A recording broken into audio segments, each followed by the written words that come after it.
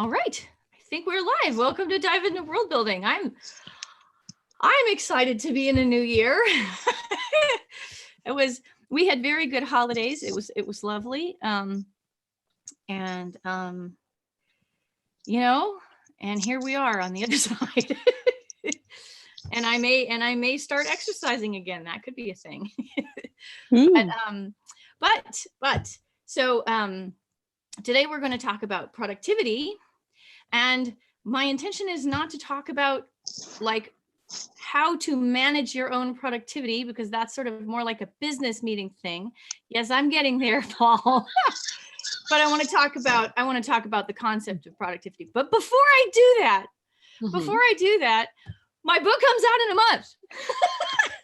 So I'm very, very excited. Faces of Power out in a month. It's going to be coming out on available on February the 4th. And you should say something so that the YouTube viewers can see the cover, Paul. Because if you're going to hold it up silently, nobody's going to see it. I think Paul's muted himself. Paul, did you mute yourself? I did mute myself. Sorry about that. No wonder you can't hear a word I'm saying. Okay, that's why. Anyway, so yes, here, listeners, look at this lovely shiny arc of Mazes of Power coming out February 4th at all happy bookstores. This is a wonderful novel. You should pre-order it now if you like socially focused science fiction. I enjoyed the hell out of it. Thank you. Mazes of Power. Read it. I'm very pleased that you enjoyed the hell of it. I am in this weird position where I don't know how to talk about my own book in a way that's not, hey, look at me. But I'm doing my best. I have like a plan and things I've been told to talk about in places. I think we should interview you on the show. Yes. Cliff I like also that said plan. that, and I am totally down with the idea, provided that it has some structure. Yeah. What, you're not going to let us all like free for all at you? You know what? You could all free for all at me. I would handle it. I think that would be kind of fun as a sort of, a live exercise of all the possible questions you might get asked in other places, so that you've already polished and rehearsed when you get to them. AMA. Yeah. It would be like an MMA. Dive into World Building AMA. Ask Juliet all the things. Well, it would be fun. And it, as it turns out, the 4th of February is also a Tuesday. Oh, nice. So that strikes me as perhaps a day when we might do we have a plan. A dive. We have a plan. A cunning plan. Okay, so it's official.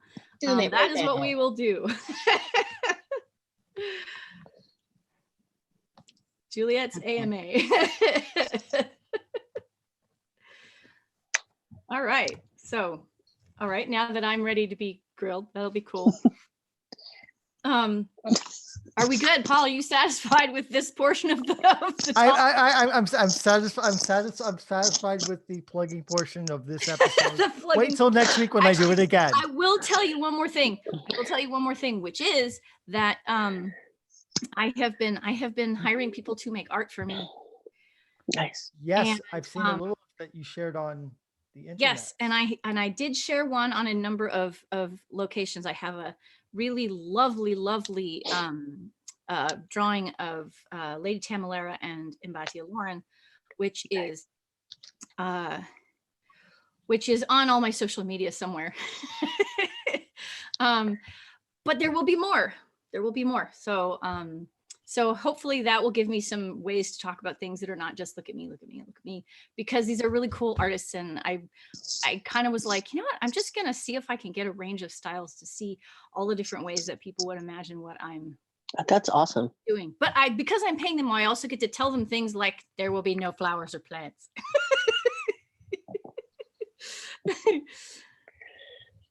Yeah. Barney don't like flowers. When I was doing some panels at Worldcon about I don't remember what it was, but I remember telling lots of people, No, and then you need your friends to sit there and chill for you and to do it enthusiastically and really, so that you are not sitting here in the awkward position of, no, look, here's my stuff.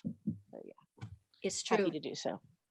Thank you very much. I appreciate that. So productivity for the win. Let's talk about that. Mhm. So the reason this came to mind was because I don't know, I think that a lot of the people that I talk to struggle with the idea of, are they productive or not? And our society also cares very deeply about whether people are productive or not. And I don't see the whole concept of what productivity is being interrogated very much. There's a lovely old story that comes to mind, which is that I don't know who tells the story. I heard it uh,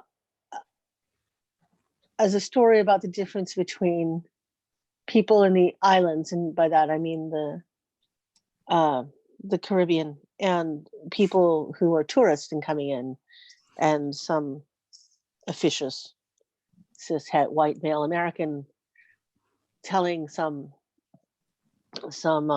islander, oh, what do you mean you're done for the day? There's still fish in the sea. And he's like, man, what do I need to do that for? I'm not going to do an accent. And he's like, I got a beautiful place to hang out. I've got enough food. Yeah. Kids are handled. And the guy's like, no, don't you want to? And then you could have like this amazing business empire and da da da da da. And the man looks at him and goes, and what would I do with that? Well, then you'd have the time to relax. And he just gets this pointed look back, right? Yeah. And this is that thing of those of us who've been raised up in late stage capitalism have been told that you must be productive or die. Well, and I mean, I think there are some actual teeth behind that in this society, right? It's not a so one of the things that I find fascinating about culture is that while it is to some extent arbitrary and created by people and a complete narrative, it does not fail to have actual consequences for human lives, right?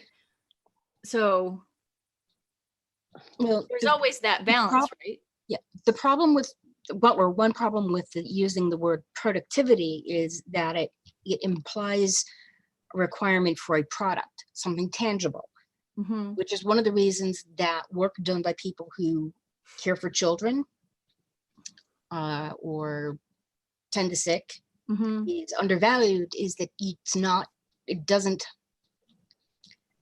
produce something that you can look at and handle and say, I made this thing.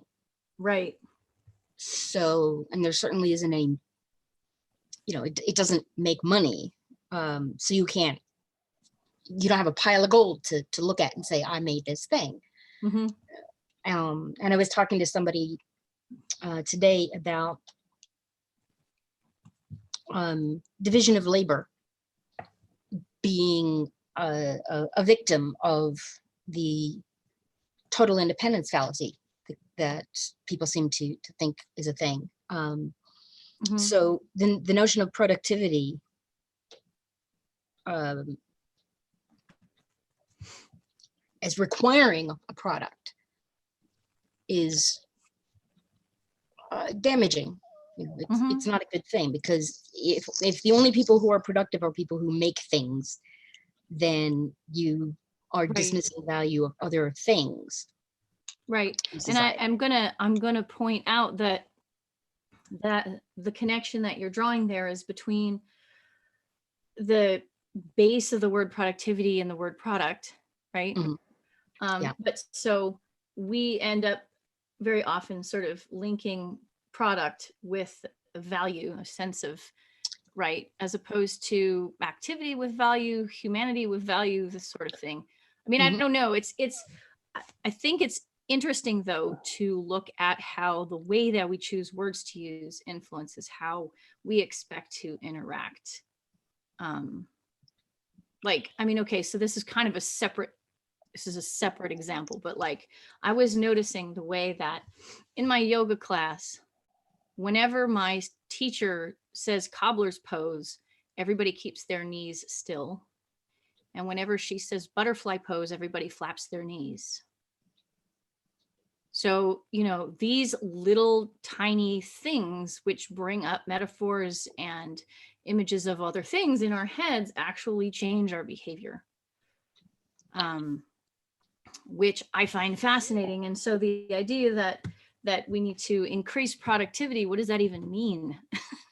Well, You know, we need to get back to capitalism and classism here when we're talking about productivity, because sure. as far as the thing about we are required to be productive, well, no, we're only required to be productive if we're part of certain classes. Because the interesting thing as far as the difference between butterfly and cobbler here is that leisure is given one value and idle is given another.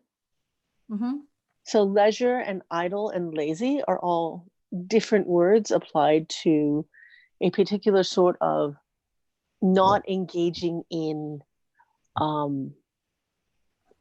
visibly concentrated productive activity, right? Yep. But it's okay if you are part of the leisure classes to be engaging in various activities, and it's considered well earned. If you are a sort of a prosperity gospel or all the leisure you can earn yourself people.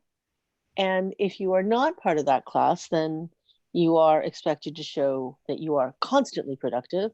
Right. And we're currently having a labor crisis right now because people are being worked to death because they're expected to produce at these peak output intensities over the course of an entire day, where people with more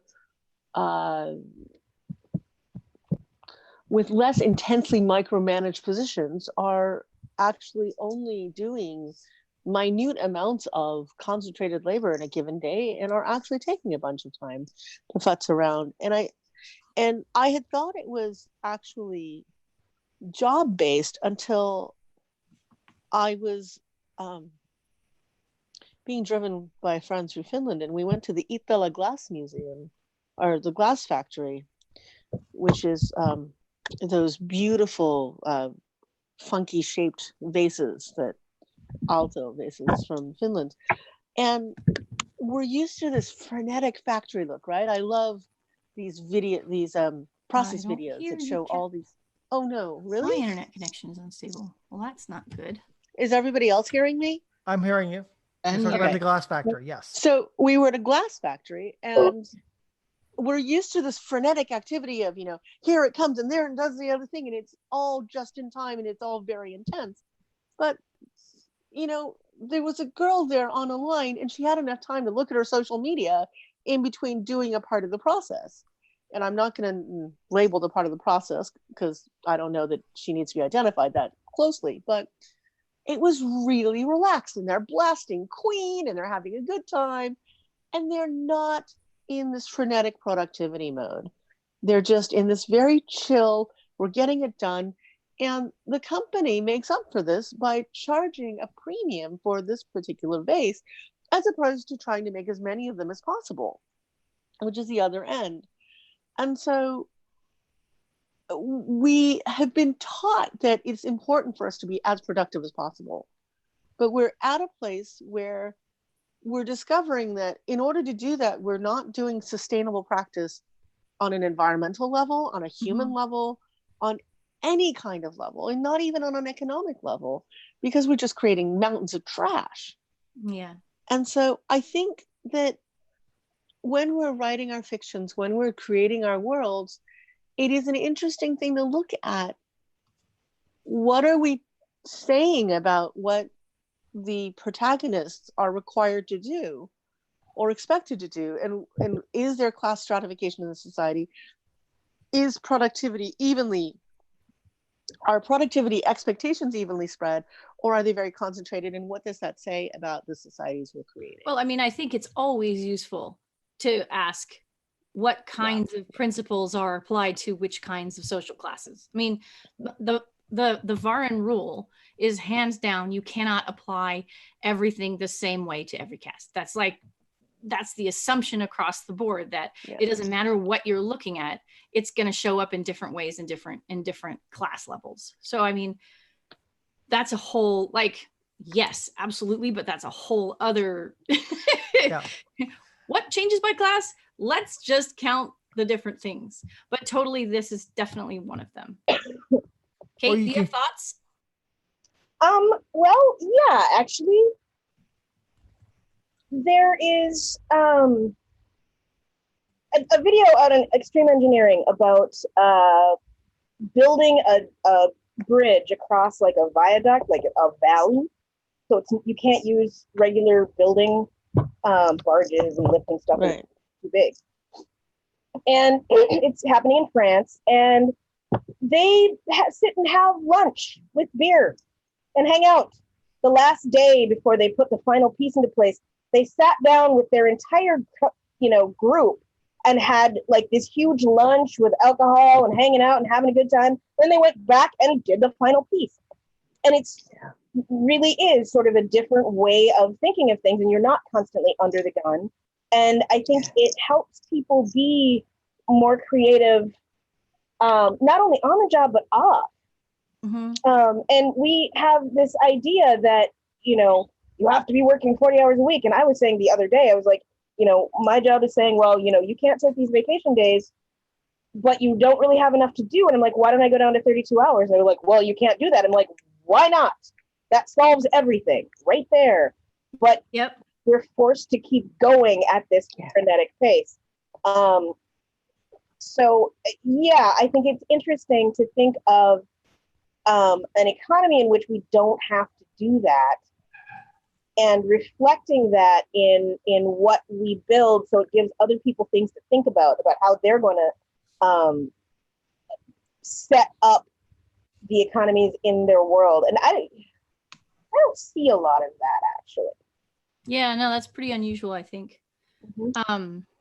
I think you're exactly right about the effect that it has on people. And I made me think of this school that my kids went to for about a year and a half before I pulled them out for reasons. Yep. And it basically that there was this homework fixation.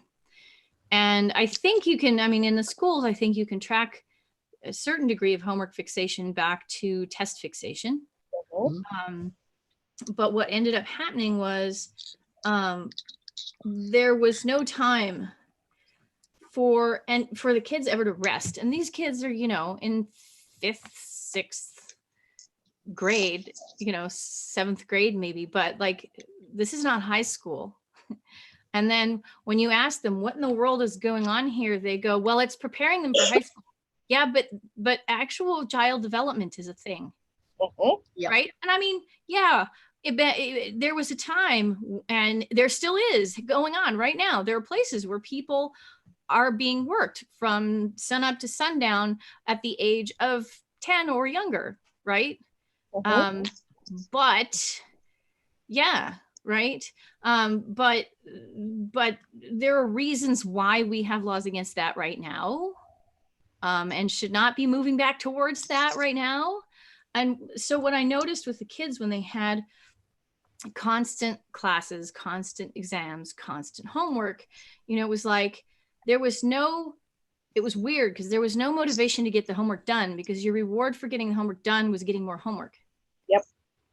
And then if you didn't get the homework done, you just got browbeaten for not getting the homework done. And there was actually no room for learning or for creativity or in spite of the fact, there was no room for creativity or love of learning, in spite of the fact that the school had tons of really great teachers.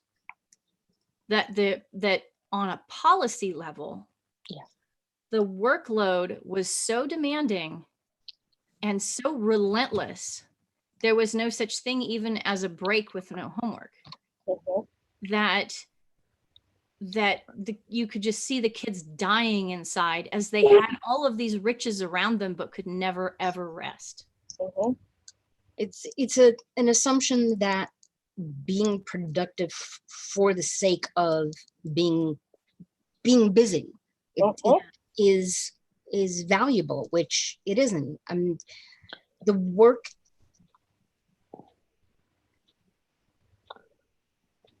I mean, So teaching is a perfect example. The point is not to pass tests. The point should be to learn a particular thing. A teacher who teaches biology out of the love of biology, the Right. the goal is to Mhm. share that with students. And yeah. so if you succeed in that, that is a form of it's an accomplishment. An accomplishment is not a thing that is understood as being Well, something we're other not. than productive. So it should be noted that what we're talking about in this is a very specific subset of Western modern pedagogical and cultural expectations, and that these aren't universal, and that this is directly an industrialization issue, and that when we talk about how terrible the lives of medieval serfs were, and it was truly a subjugated system, but medieval serfs had more time off than the average American worker, especially the average low level American worker. There were feast days happening, there were all sorts of things happening. And in an agricultural society, winters are not high productivity times Mm-hmm. in temperate climates, in places with 4 seasons. And so we now have in the US, we have a 300 and mumble days a year, arrive early and stay late, productive or perish culture that we start training young people to be part of in school. Right.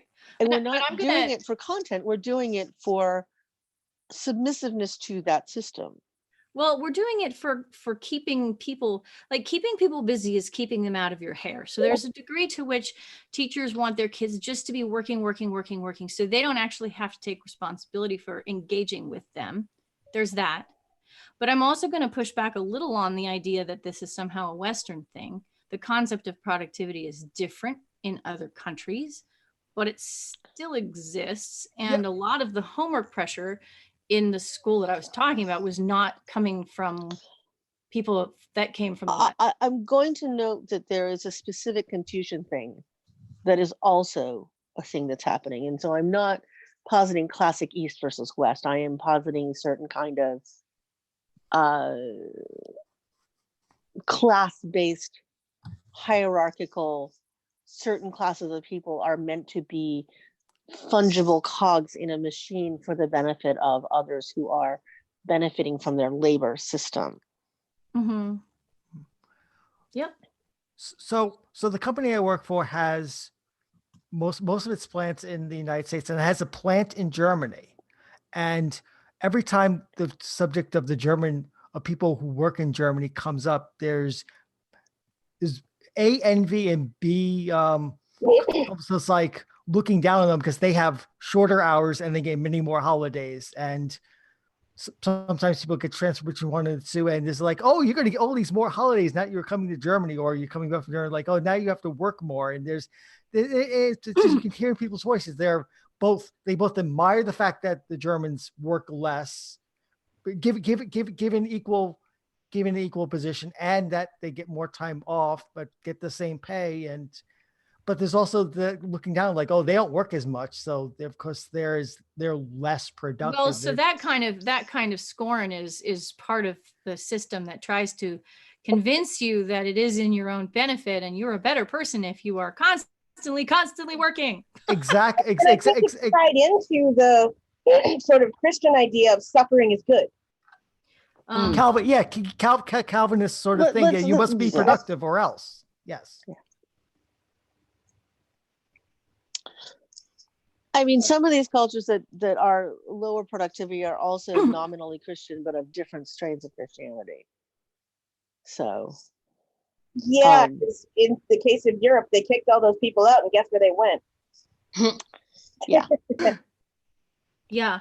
So I'm gonna so I'm gonna point out that it's not always just about the level of being busy and the amount you can produce. So, you know, there's that busy level, there's amount produced. There's also a sense that you have to fill time. Yes. And depending on the cultural environment, you may be expected to fill time in different ways. You know, so to some extent, it's like, do I see you working? Mm-hmm. Right? Yeah. Versus, do I see you producing lots of product? Right? Some environments, some office environments, there's a very different kind of vibe where it's like, well, I have to see you working, and I better not see you leave before I do. Yeah. Yep. But you may not be doing very much, right? Mhm. And you may actually be exerting pressure on your fellow workers not to do more, because if any one person excels, that is going to force everyone else to work harder. Yep. Mm-hmm. That was something that my husband ran into when he was working in Office Depot in Tokyo. So Yes. it may have been idiosyncratic to that environment. That's actually true of any environment which is not paid by piecework. Once you start paying by the hour, if you have a healthy workers collective, there's a worker side pressure to produce as little as possible during those hours. Yeah. Mostly, in most cases, because without those breaks, there is so much pressure and coercion from the management side to be, quote, as productive as possible. And we can draw some really horrifying examples of coerced productivity, just ruinously brutal productivity on the other end. So yeah, no, that's very common for you know, oh, the new guy's here and he's an eager beaver and he's going to ruin it for all of us. It happens pretty universally.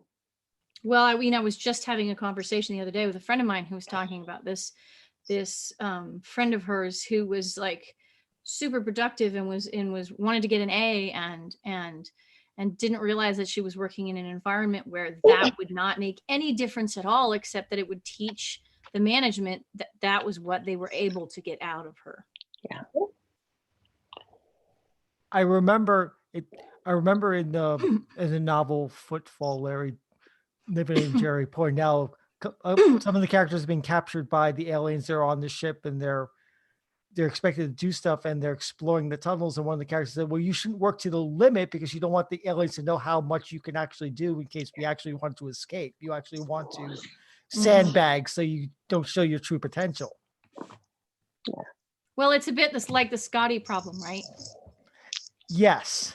Where, you know, it was that one episode where Scotty met Geordi. Geordi, yes. I loved that. Where How he was long like, no, does it don't really tell him how long it'll take?" actually take. Yes. Give him a much bigger number and then you'll be a miracle worker. So here's a thing about the value of work that is not, you know, paid work outside the home. Laundry. Yeah. I've been tracking the time that it takes me to do things like laundry and dishes. Sure. And the point here is of course to get the laundry done and clean the dishes. There's a finite amount of laundry and a finite amount of dishes. So the idea that, oh, okay, all right, yeah, but really, truly, there's a finite number of dishes, and that's how you run out of clean dishes. Yeah, I know it's a weird concept how there can be an infinite number of dirty dishes and a finite number of clean dishes, but the point is to keep up on the dishes. And the laundry. Okay. So, the point is not to be doing laundry all day and be productive. So it takes me less than an hour a week to take care of all the laundry because it's just the two of us. But so that doesn't look very productive. But how about if I stop spending that less than an hour a week doing laundry? Yeah. I don't even know how to answer this. I'm the So- sole adult managing. Yeah, I know. two It's children. a whole different situation. which averages out, because I have one child who wants to wear the same clothes all the time, and one child who believes that there's an infinite laundry machine. Well, So yeah. yeah. But my current circumstances, I think, though, make it easier to look at the specific numbers and say, Well, I mean, I've never tried to Actually, calculate it at my somewhat- house. I don't think I'd be able to. I do it because I put off doing things because it seems like it's going to take a long time. And if I clock it, I can look and say, hey, it took me a whole 2 minutes to get the laundry into the machine. I could have just done it and had the machine going, and because most of And the walked work is- away and did other things. the next trick is to remember to go back and move it, Right. True. because I don't just spend an hour all at once. Well, I mean, that's the Watching. thing. I actually have been teaching my kids, of course, as you do, to participate in the running of the house. And so it's like, yes, if your job is the laundry, you have to keep an eye on it even when you're not doing it, right? Yeah. Which is its own type of low level demand, right? On what the other things that you might be doing with your time. This is why when I write, I don't think about laundry. And there's Unless I'm thinking about laundry in story. a gendered part of that too, is that, women do 78 things at once and guys are more likely to go, no, I'm going to clean the kitchen. Everyone needs to leave. I'm going to do the whole thing. And everyone stay out. You can only do one thing, and don't call me or do anything in the other. It's like, yeah, if I had that luxury, I'd sure do that, but I don't. And it's a constant argument we have with our 11-year-old who, it's like, go pick out your clothes for school. And he will whine for an hour and a half about it. It's like, it would have taken you 5 minutes and you'd be having screen time right now. Yeah. But you didn't. And so now you're not having it. And now you're even more upset. So whose fault is this? Yeah. That is why men, I wonder if that's part of the reason ADD is so much easier to pick out in boys. Possibly. Yes, because women are expected to multitask. Yep. Yeah. We're also just expected to do stuff like that without just going, well, but I don't want to, or doing it badly so you don't ever have to do it again. And there's a whole Who study gets to separate classes perform in that. incompetence Yeah. and be Oh, excused because incompetent? Yes. Which reminds me of the back to the whole division of labor thing, which I don't know how, it connects to productivity. I keep seeing that everybody should know how to cook, but that's not very specific. Everybody should be able to produce food in such a way that they can sustain themselves, that they're not actually getting sick from hunger, which is not the same thing necessarily as being able to cook. I am never going to be a cook. I can boil water, I can make certain foods, I can use a microwave, I can order takeout, or, I would if I could do it, but we have no place that delivers to our house. But, the division of labor is an important thing. My husband is not going to spend that hour a week doing laundry because he needs to spend it not doing any work at all, because he does most of his hours are spent working. So Yeah. I mean, some of this is that the nuclear family system that's been imposed on us means that we don't do these things communally. It is not normalized to take your things to somebody else who does the laundry. Every time people start labor saving and having their food production handled by somebody else, they're shamed for it. And there's all these pundits who sit there going, "Oh no, the demise of the home cooked meal." You know, fast food Yeah. has been around as long as we've had living in communities. Yep. Anytime we that's have really an good. urban environment, I'm about to do a panel in a couple weeks now on is this a sandwich at Arisia? And so in that quest, I've been discussing the concept of is this a sandwich with everybody I'm having dinner with and everything else. And one of the topics of the conversation that came up was that sandwiches come from different streams of etymology and culture, one of which is the Earl of Sandwich, and the other, which I was bringing up, was that somebody made a thing and you need a way of taking it away from their storefront and eating it on your own is a lifelong, a global and eternal problem. And so take the meat and wrap it in bread is a traditional thing to do, right? Mm-hmm. That guy who's been selling you the meat and the bread has been there as long as we've had any kind of structure that had something that didn't require every single person to be doing every single job. Mm-hmm. We're not actually, it's not actually required. It's actually to do every weaponized single thing when thing. I think about it. Because that whole thing of everyone should be able to con a ship, deliver a baby, butcher a pig, blah, blah. You know what? I can do all that stuff. Doesn't do me a whole heck of a lot of good, frankly. And Yeah. To be honest, it's total independence is a fallacy. Humans are a social species, and they cannot do, you just plain can't do everything for yourself. No man is an island. Some things require expertise. The people who are most likely to purport this are the ones who aren't doing it. Mm-hmm. Yeah. I mean, there are species. Well, and I mean, it also, what we're talking about right now intersects with that whole thing about how we just often will assume that the things are in our environment were just there all the time and we're not actually put there by somebody. Mm-hmm. Like roads. Oh my gosh. I just go down the road and I'm so independent. Yes. Because I can take this road out into the wilderness and I'm so independent. I shoot my own food. And I'm like, where did that gun come from? Ammunition. Yes. Yeah. Well, no, I made my the own roads we with have what out here tools? are wilderness. I mean, unless that person actually went out and figured out how to start mining from, I don't know, bare hands. Yeah. Naked. No, come on. Yeah. Nobody is doing this thing. Exactly. Even you have the Castaway movie, Tom Hanks needs the whatever Stuff little in the vestiges boxes, of yes. labor-saving device that he can get out of cargo. I mean, nobody. But we have this myth. Myself. But even, so. Well, I mean, anybody who wants to can go back and look at the conversation we had with Spencer Ellsworth about getting food out of the wilderness. It is really hard work. It is really, really hard work. It is hours and hours and hours and hours.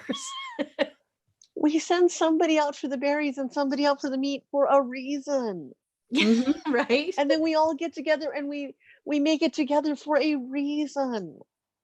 Yeah. And it's tough. I'm currently rereading The Many-Colored Land by Julia May. I don't know if any of you read. Yeah, and before they find out that they're aliens running the Pliocene, everyone's being trained in all these skills because you need all these skills to live in a wilderness 5 million years ago when there's nobody else. And assume they're gonna have to interdepend, but there's so many skills to carve life and food out of a wilderness that it's absolutely insane. It's like, and people say, "Oh yeah, I'm independent," as you said, Kat. Yeah, where did the gun come from? Where did the roads come from?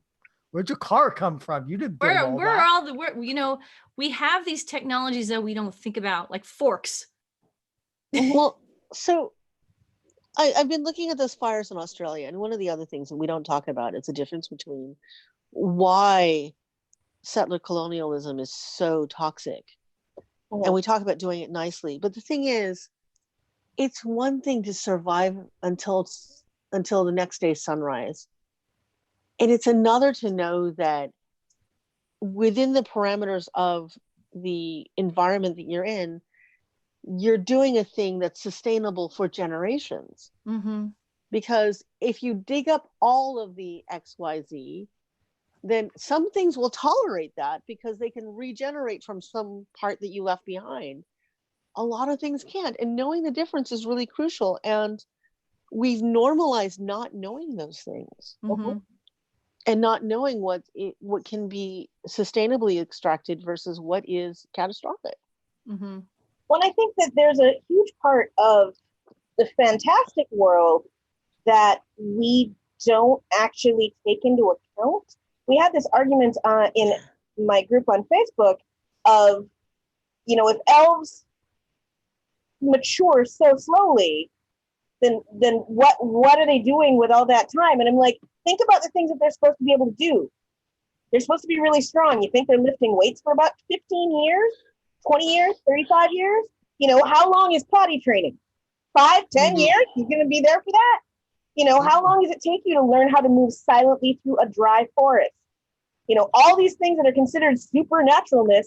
If you live 300 years, you have time to learn that stuff. But your society has to be set up to teach you all those things in that kind of time frame. And one of the things that I now that I'm thinking about that, it's like, we never really learn any of that stuff. We never really learn the context of how elves be elves. They're just there. Mm-hmm. There are no elf children. Yeah. Well, that is one of the major critiques I had of the first thing I ever sensitivity read. It was somebody had their, society, and I was like, where are the children? Where are the teenagers? Where are the old people? Everybody in this society is between 18 and 35. They're all heterosexual. They're all somehow, involved in stuff, but nobody seems to actually be working. It's just like, it's unsustainable. No one's getting food. There's not a complete ecology going on here. Mm-hmm. Well, this is what happens when you have a society based on, some guy who has nothing to do other than write, and all of his physical needs are handled by invisible people that he doesn't think about. Yeah. Don't get me started on not Ralph Waldo Emerson, on the other guy who lived in his back lot. Wrote Leaves and Grass. Thoreau? Oh. Yes. Everyone Yes. lionizes Thoreau. It's like, he was basically living in Emerson's woodlot. A half a mile walk down, doing his laundry, bringing him lunch and dinner. He had nothing to do but sit around and go, "Oh, the trees are pretty." I remember reading on Walden is like, I'm here alone in the wilderness, and like every other chapter, someone's coming to visit. Like, you're not alone. You have an active social life, even if you don't admit it. Yep. Yeah. Yep. Yeah. Well, I mean, so one of the things, the very first story that I ever sold was called Let the Word Take Me. And it was my take on the language concept behind Darmok. And one of the things that I was so annoyed with was you had no concept of how anybody would learn this language. Mm-hmm. And so I was like, if I'm going to write a story about this, I'm going to show how this language is learned. I mean, sure, we have all these, built-in internal metaphors. We were talking about that. And all these different little references and stuff. But like, there's got to be a way of learning it. And we have to at least nod to that. There have to be young people. And yeah, okay, when we're dealing with starships in space, we can say, well, of course, everybody on the starship is a grown-up. This Except is for what Wesley. happens when you don't value your linguist and you give her a really cool, shiny job, and then you don't give her any story development. Never mind. Yeah. I have a whole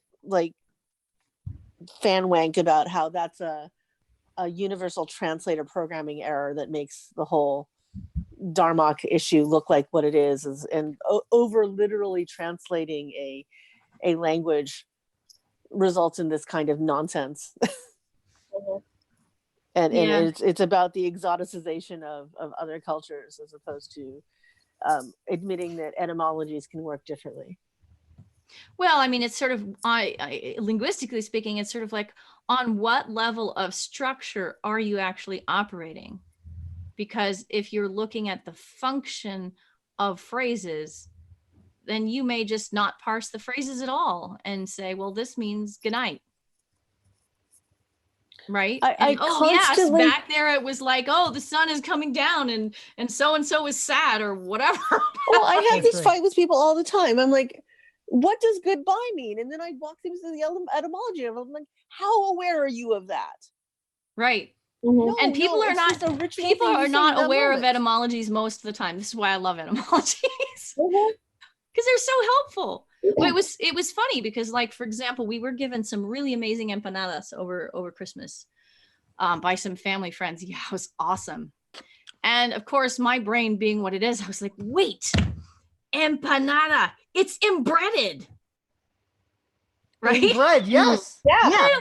And which said to the empanadas did person you who get? gave them to us, did you ever think about the fact that this is embedded? And she was like, Yeah. what? Whoa. Yeah, I run this one across the kids every so often because they're like, well, we're atheists. And yet when they like smash their hand or they're really mad, they'll go, Jesus Christ. And I'm like, if that doesn't mean anything to you, then it doesn't mean anything. So gonna have to find a new swear word. And they're all like, oh my God, what are you talking about? I'm like, can't say my God either, buddy. Go. Well, I mean, but that's No, what no, that's actually just that's about another whole speaking interesting English. question, and I don't want to totally jump into it because That's we're not right at the end of religiousness. our That's time. about speaking English and the fact that English has Christianity embedded into it because English is younger than Christianity.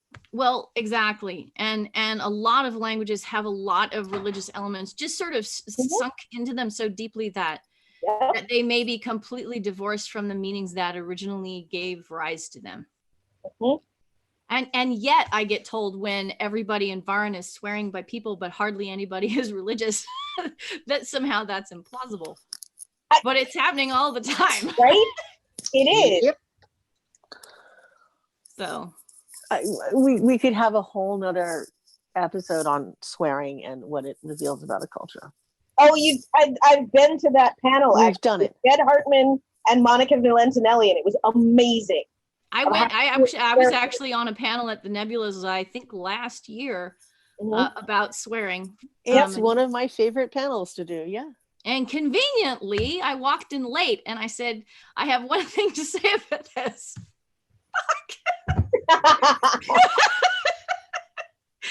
So that was how we started the panel. It was quite an active and exciting panel. I think it's swearing is always a great topic. I still think that just the fact that you're using Christianity-based swearing doesn't mean that you're Christian. No, it but it's just a way of getting them to think about the fact that if you're going to say that this is a thing that is meaningless, then you need to treat it as meaningless, or you need to understand that it has meaning. It may not have meaning for you, but it has cultural meaning, and that's what we're all engaged in. Well, Okay, and I think swearing, but coming from levels of meaning. Let's put that on the list. Yeah. Speaking of productive. Well, haven't we produced a great deal here at Dive Into World Building? Well, I was going to say that, what you're allowed to say and not say, and whether or not that's considered work or not work is an interesting cultural thing that is like right adjacent to productivity as opposed to swearing, which is a little further afield. That's true. Just really deeply compelling. I wanted to having a show also on that, like how much Christianity is embedded in our culture, but also Shakespeare, because we use all sorts of things that he made up as just our lingua franca, and we expect people to know that. But also, like, I have my friend in Nigeria, and we can talk about the Bible in a way that we can't talk about Star Trek, because they had to learn that. That's a total thing. And somebody was asking me, how do we take the bias out of this study? And I said, the bias is embedded in academia because academia is in itself pretty much a Western thing. And so you're in this structure that you can't remove the bias from. Yeah. And there it is. So I think that that episode, Juliet, is hidden assumptions. Hidden assumptions. I was actually thinking about public narratives, but Also the canon. Shared narratives, I think it would be one way of approaching it. Canon.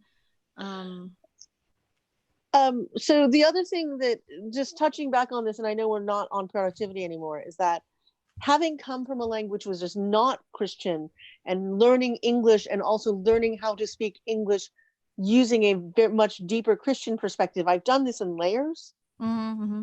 And the fact that I use Christian stuff is about obligations of this language and not about belief. Mm-hmm. And so, absolutely. Yeah, I would be using different things if I do use different things when I speak different languages. Yep. Oh, absolutely. So. The tools are different. The background resources are different. Intertextuality is different. Mm-hmm. I just had this argument on my page 10 minutes ago about somebody was saying, well, I can't believe that people who are atheists believe in astrology. And I'm like, what the hell do those two things have in common? Because I was like, everybody had sky. Don't know where you're going with this. I was like, the fact that you don't know what African or Indian astrology would be is not a problem with astrology. That's a problem with you not knowing stuff. Those are real different things. Yeah. Well, all right, you guys, it's 5:04. It's been great. And we're not talking about productivity anymore. So what we're going to do is I'm going to take us off of YouTube. And we'll have some possibly private discussions after this. But as I am obligated to do over the next month, please remember that I have a book coming out. Aces of Power is coming out.